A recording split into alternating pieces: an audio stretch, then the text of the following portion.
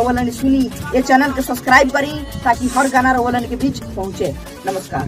Music by Manoj Bhatti.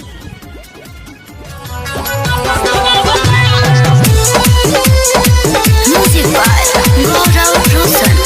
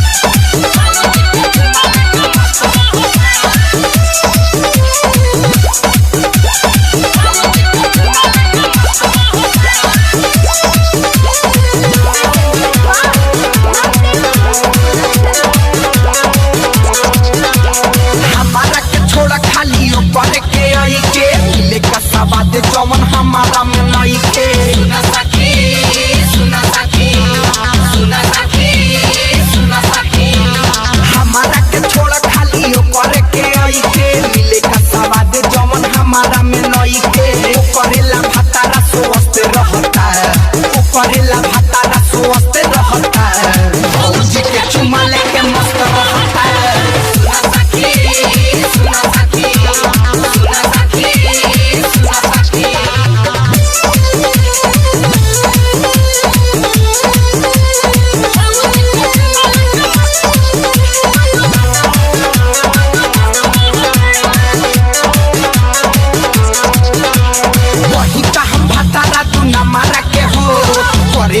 प्यारे कबो हमारा के हो सुना सखी सुना सखी सुना सखी सुना सखी वही का हम भतारा तू न मारा के हो करे नहीं प्यारे कबो हमारा के हो शिव प्रेमी अभिषेक को हंसते रहता है शिव प्रेमी अभिषेक को हंसते रहता है भौजी के चुमा लेके मस्त रहता है सुना सखी सुना सखी सुना सखी